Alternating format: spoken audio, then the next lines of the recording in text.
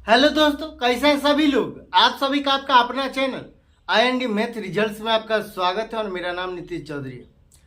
हम लोग डिस्काउंट का टोटल 5 क्लास पढ़ चुके हैं। ये क्लास नंबर 6 है और हम लोग 5 क्लास में कॉन्सेप्ट और कुछ सवाल देखे हैं। फिर से हम लोग सवाल करते हैं। चलिए हम लोग सवाल देखते हैं। सवाल कहता है किसी वस्तु का अंकित मूल्य 2000 रुपया है तथा वह 20% और 10% दो क्रमिक छूट पर बेची जाती है। वस्तु का विक्रय मूल्य क्या है। ये 20% और 10% का सबसे पहले हम लोग फ्रैक्शन वैल्यू निकालेंगे। ये 10% का फ्रैक्शन वैल्यू 1/10 होता है और 20% का फ्रैक्शन वैल्यू 1/5 होता है। मतलब अंकित मूल्य है 5, 1 का छूट दिया जा रहा है तो विक्रय मूल्य कितना हुआ 4। मतलब MP बराबर 5 तो SP कितना हो जाएगा 4।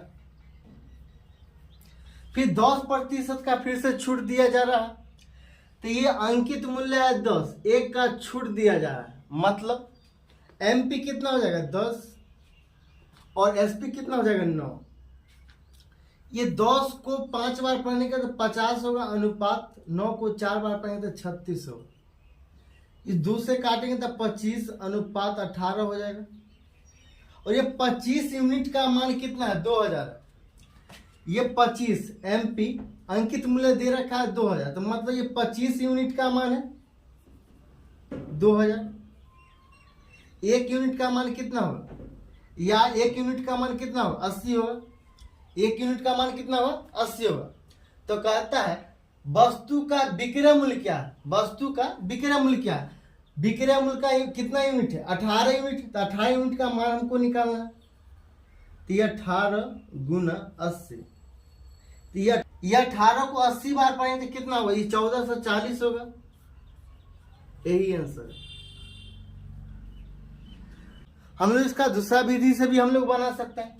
जैसे में अंकित मूल्य कितना है MP कितना है 2000 रुपया, 2000 रुपया तथा वह 20% और 10% दो क्रमिक छूट पर बेचा जाता है। 20% का फ्रैक्शन वैल्यू होता है 1/5। मतलब अंकित मूल्य कितना 5 है। विक्रय मूल्य कितना होगा, एक डिस्काउंट होगा 4 में होगा विक्रय मूल्य तो इसको गुना, इसको 4/5 लिख सकते हैं। फिर से गुना 10% का फ्रैक्शन वैल्यू क्या होता है, ये मेथड 2 होगा। मेथड 2 10% का फ्रैक्शन वैल्यू क्या होता है 1/10 होता है। अंकित मूल्य 10, 1 का डिस्काउंट दिया जा रहा है मतलब 9/10 होगा विक्रय मूल्य। तो विक्रय मूल्य 9/10। यहां से SP निकल जाएगा, ये 0 से 0 कैंसिल हो जाएगा।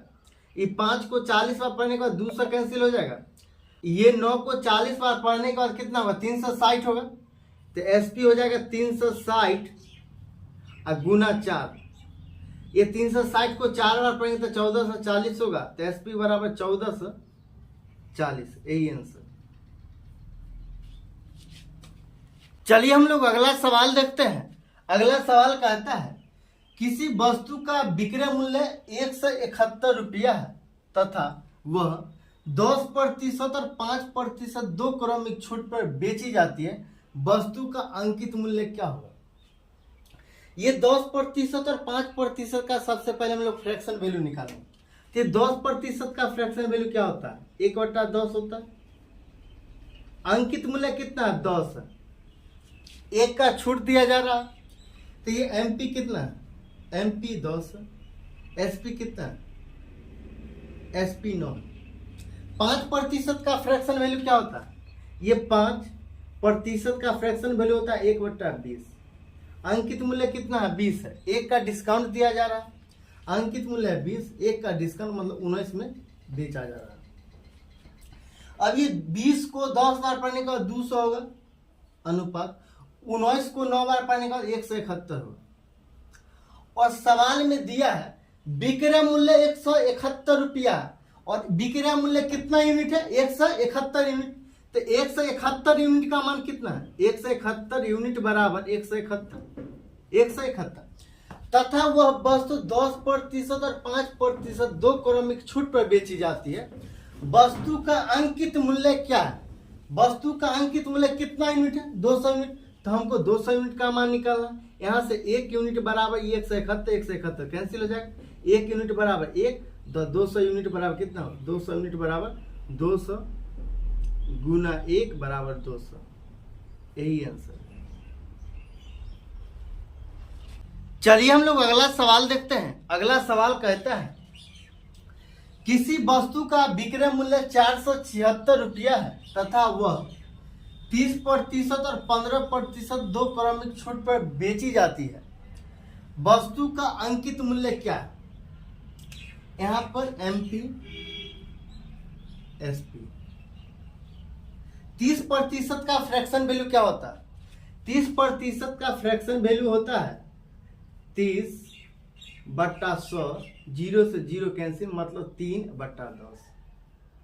ये 10 है MP, मतलब अंकित मूल्य है 10। 3 का डिस्काउंट दिया जा रहा है, मतलब SP कितना होगा? 7। दूसरा छूट दिया जा रहा है 15%, और 15% का फ्रैक्शन वैल्यू कितना होता है? 3/20। अंकित मूल्य कितना है? 20। अंकित मूल्य है 20। SP कितना होगा? 20। विक्रय मूल्य क्या होगा? 20 में से 3 हम लोग घटा देंगे, तो विक्रय मूल्य कितना होगा? 17। ये 20 को 10 बार पढ़ने के बाद कितना होगा? 200। और 17 को 7 बार पढ़ेंगे तो कितना होगा? ये 17 को 7 बार पढ़ेंगे तो कितना होगा? 119। विक्रय मूल्य कितना है? 119 यूनिट, और 119 यूनिट का मान है 476। 119 यूनिट बराबर 476, तो 1 यूनिट बराबर क्या हो जाएगा? 400।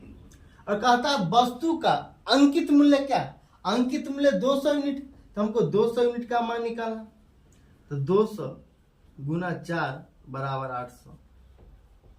यही आंसर।